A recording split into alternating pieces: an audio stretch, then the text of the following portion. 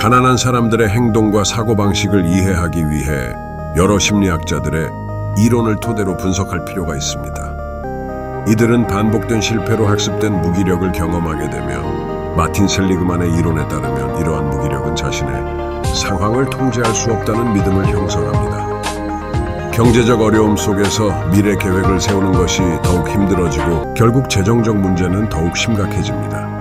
미래의 이익보다 현재의 만족을 중요시하는 즉각적 보상 편향은 데니얼 카너먼의 이론과 일치합니다. 가난한 사람들은 단기적 만족을 추구하며 소비를 제어하지 못하는 경우가 많습니다. 이런 행동은 저축이나 투자 기회를 잃게 만들고 재정 상황을 악화시킵니다. 손실 회피 성향으로 인해 불필요한 소비를 늘리면서 장기적인 성공을 방해할 수 있다는 부분을 중요하다고 설명합니다. 고정 마인드셋을 가진 사람들은 자신의 능력을 한정적으로 평가해 재정적 안정을 해치는 결과를 초래합니다. 캐롤 드웨기의 고정 마인드셋 이론에서는 자신의 능력을 어떻게 그들의 삶을 형성하는지 자기 개발의 필요성을 느끼지 못합니다. 반면 성장 마인드셋을 가진 사람들은 실패를 기회로 받아들이며 능력을 발전시킬 수 있다고 믿습니다. 이는 경제적 상황을 개선하려는 노력으로 이어질 수 있습니다. 줄리아 로터의 통제 위치 이론에 따르면 가난한 사람들은 자신의 상황이 외부 요인에 의해 좌우된다고 생각합니다. 이러한 외적 통제 위치는 문제 해결을 위한 노력을 저해하고 재정적 어려움을 극복할 동기를 상실하게 만듭니다. 반대로 내적 통제 위치를 가진 사람들은 자신의 행동이 결과를 만든다고 믿고 더 적극적으로 문제를 해결하려고 합니다. 월터 미셸의 즉시 만족 연기 연구는 즉각적인 만족을 연계하는 능력과 성공의 연관성을 보여줍니다. 가난한 사람들은 종종 현재의 문제를 해결하기 위해 즉시 만족을 추구하며 부채를 관리하지 못하는 경우가 많습니다. 장기적인 관점을 갖고 미래에 대한 투자를 늘리는 것이 재정적 안정을 위해 필요합니다. 알버트 앨리스의 인지적 왜곡 이론에 따르면 가난한 사람들은 자신을 부정적으로 평가하거나 상황을 비관적으로 해석하는 경향이 있습니다.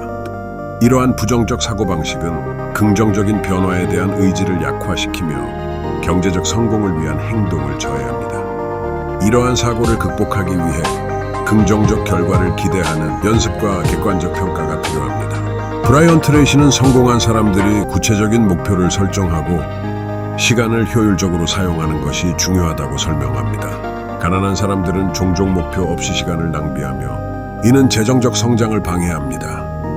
효율적인 시간 관리와 목표 설정은 경제적 성장을 돕는 필수 요소입니다. 로버트 치알디니의 상호성 원칙은 성공한 사람들이 서로에게 이익이 되는 관계를 형성하는 것이 중요하다고 말합니다. 가난한 사람들은 비슷한 환경의 사람들과 교류하며 이는 경제적 기회를 제한합니다. 다양한 사회적 연결망을 확장하고 관계를 구축하는 것이 성공의 중요한 요소입니다.